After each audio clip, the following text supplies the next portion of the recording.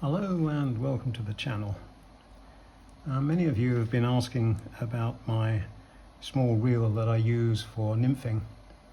So I'm going to try and answer some of those questions that you've put to me over the last few months.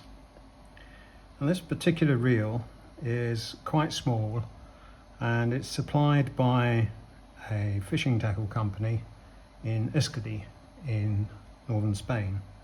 It's a company called Orozuno.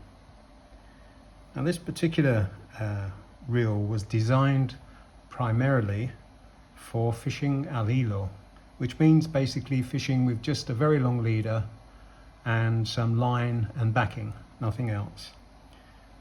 But with the advent of parallel lines and nymphing lines, it was discovered that with a little bit of backing you could still get the nymphing line and a leader onto the spool. Now the outside is made of graphite and the spool and the foot is made of aluminium. It's a used reel, it's not straight out of the box as you can see, and its design is, I believe, from the United States, although it's sold over here. Now I don't know whether it's available in the United States, only those people that live there would be able to say.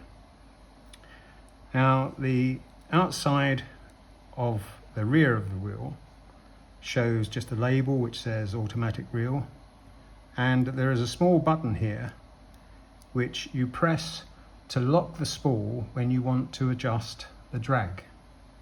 I'll go into that in a moment.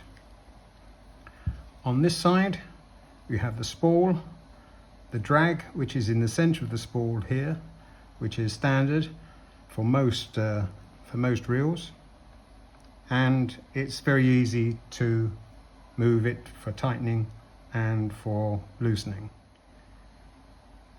The most popular reel of this nature being used in Europe, I would think, would be the Vivarelli automatic reel. Now there are many differences apart from the pricing structure between the Vivarelli and this reel. I will go into those a little bit later on also.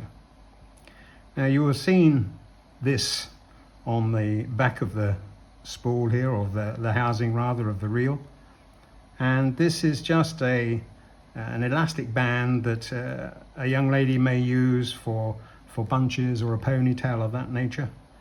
And it is lifted up over the back of the rod, and it saves line getting caught underneath the foot of the reel. Now when you're using fine lines, as in a nymphing line, or indeed just plain monofilament, they are inclined to go into places that you don't want them to go to.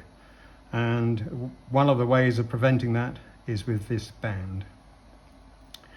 As you can see, at the front is the arm, and this is the trigger arm for bringing in the reel, bringing in the line, sorry.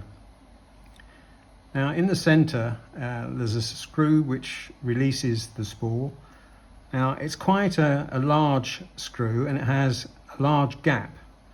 Now I think the reasoning behind that was that you didn't have to have a screwdriver in your pocket, and you could do it with other things.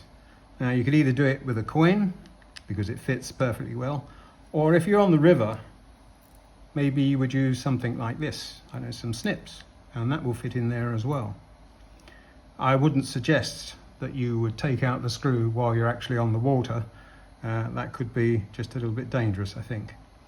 Now in order to take off the spool, you actually turn the screw clockwise, which is against any other screw turning, but you just unwind it so, and it's like a small grub screw which comes out, and you remove the spool like so. At the rear you can see mechanisms which help with the actual winding of the spool, and also for the working of the braking system. As you can see from the inside, there are various cogs and quite a lot of grease. I'm inclined to put quite a bit of grease on the inside of my reels to make sure that they remain in reasonable working order, and it also helps a little bit against water as well. So basically how this works, this is on a spring lever and it brings in line and you release it. You again, brings in line. It's a very simple mechanism. There's not a lot can go wrong with it. By the same token, it can also be used as an ordinary spool. Now, many of the other automatic reels do not have a handle on and cannot be wound other than by the trigger arm. It can only be wound by the trigger arm, and it does not have that facility. And indeed, when I was talking about the Vivarelli just now, the Vivarelli does not have a handle on it, and in order to adjust the braking system on a Vivarelli, you need a small Allen key. Now, most anglers adjust their braking system and before they go on the river, so that they don't have to adjust it again. Taking an Allen key onto the river is not my idea of fun. Now, thus far, I've had little to no problem with this reel, and I'm just going to drop that line back in there and put the spool back on.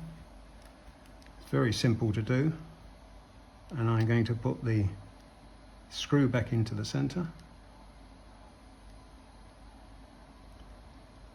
which is also fairly simple to do. Just going to tighten it up, this coin there. Now, I was talking about the braking system, and this is the braking system here. Now, if you keep on trying to turn it, the spool keeps going. On the rear, there is this button. If you push this button, it locks the spool so that it won't turn round when you are adjusting the braking system. Very simple mechanism, but it works perfectly well. Obviously, I set the braking system before I go on the river, the same as anybody else would. So that's really all there is to this reel, save that it is about 104 grams, so it's not very heavy. It will balance most rods. I use a 10'6" rod, as you're aware, and it seems to balance that quite well. If anybody is really interested in further information on, if they contact me on the email address in my description, I can discuss further details with them. Vivarelli is around €200, $200, £200, something of that nature. This particular reel, because it is so much smaller, is around €70, $70, £70, give or take. The exchange rate is what it is. So it's quite an economical reel from that point of view, and it's very easy to operate, and so far I found it quite efficient. Thanks very much for viewing. Do become a subscriber if you're not already a subscriber.